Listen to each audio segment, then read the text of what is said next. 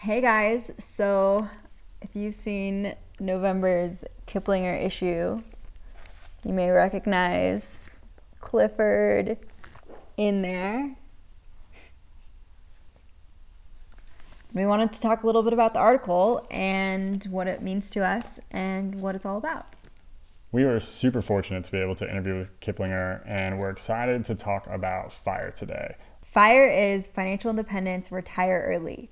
So if you're curious as to what that means, how to go about doing that, and how we did it, keep watching this video. And if this content interests you, make sure to hit subscribe and ring the bell to be notified every Wednesday when we post a new video.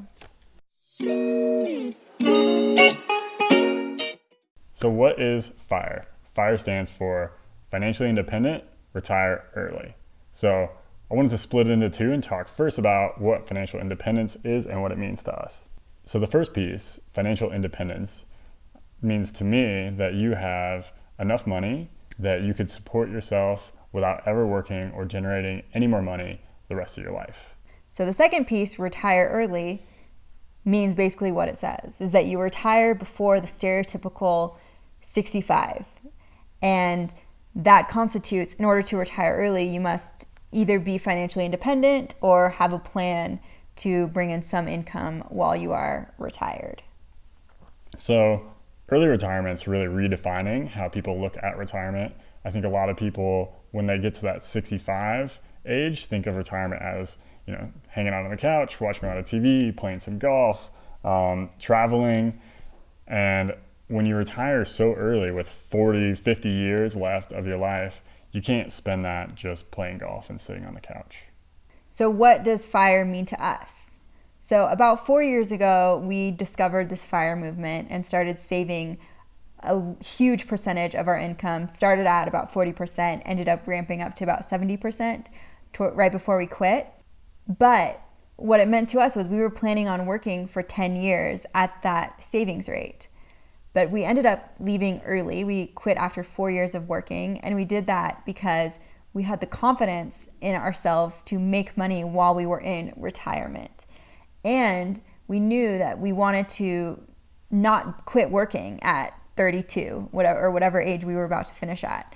And so we thought we could just start those businesses now and start that fulfilling life now that brings us joy and make up the extra money in the interim. So we wanted to cover 4 kind of flavors of FIRE, as they called it in the Kiplinger article.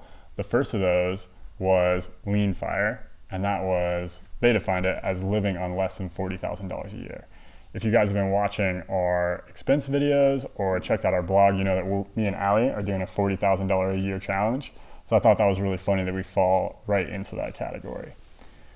The next category that they listed was barista FIRE, where people were close to being financially independent but still needed some part-time work or something to provide for their living expenses.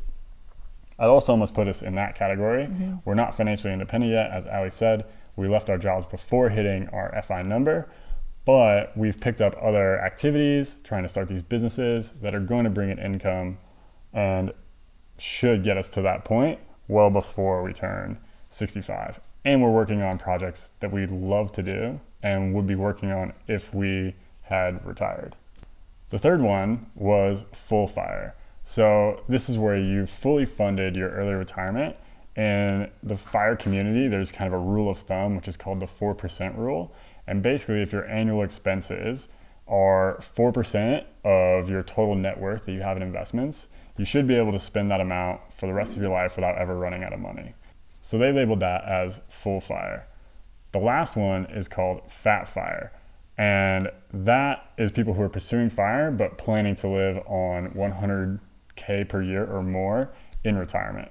So I know of a couple people that are doing this, and they're either doctors or in the financial industry, and had really, really high paying jobs and were able to accumulate several $1 million in their net worth that, with that 4% rule, gives them a pretty solid annual income in retirement. One of the main tenets of FIRE is frugality. So being frugal with how much you spend. Obviously, if you're only spending $40,000 a year, you're not excessively spending on things. And it kind of comes with a wave of an anti-consumerism movement. So we kind of look down on people who buy new cars and people who are constantly buying new things. And we do that because we realize that we have this earth, that it's a beautiful earth that we have, and we only have a certain amount of precious resources. And we basically want to optimize and enjoy our life to the maximum amount here. And we don't believe that buying more things contributes to the greater good of earth or contributes to our happiness.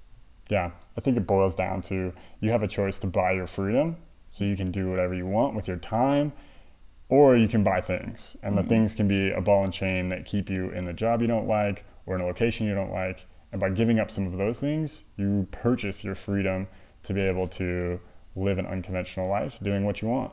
Another tenet of FIRE is investing. And most things you run into in the FIRE community are based around index fund investing. They keep it super simple, buy the whole market, leave it in there for the long haul, and don't touch it.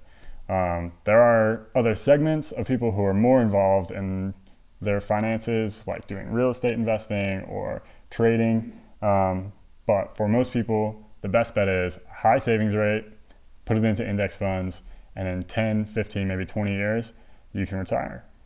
I want to touch briefly on being on a low income and trying to achieve financial freedom. So when you are on a low income, it is really impossible to ramp up your savings rate when you are just trying to make ends meet. And we totally understand that.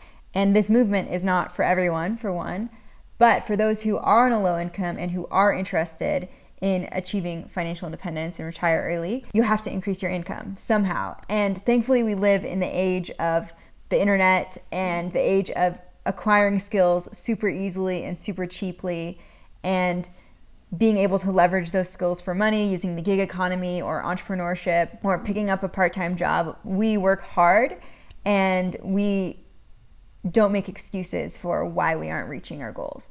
So that being said, I know some people are in really crappy situations financially and they just can't seem to get their head above the water.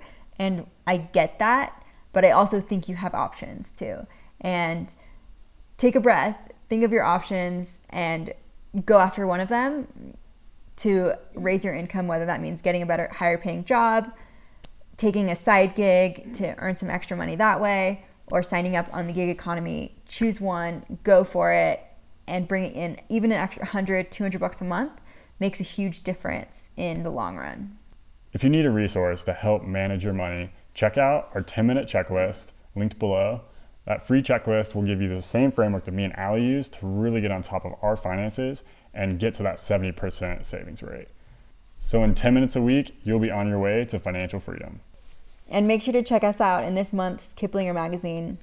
You don't have to buy it though, because it is $4. But just open up to page 36 and say, hey, I know those people. And send us an Instagram story about it at Owen Your Future.